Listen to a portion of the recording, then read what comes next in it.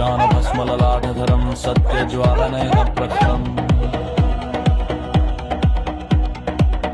अधर्ममार्गविनाशकरं भैरवरूपं नमाम्यहम्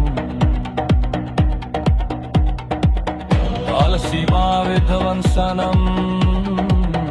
भयमूलप्रदानम् मृत्युरूपी यत्र कम्पते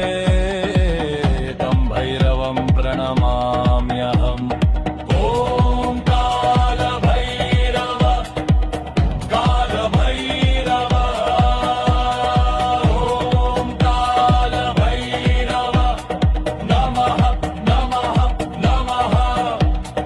ॐ कालभैरव कालभैरव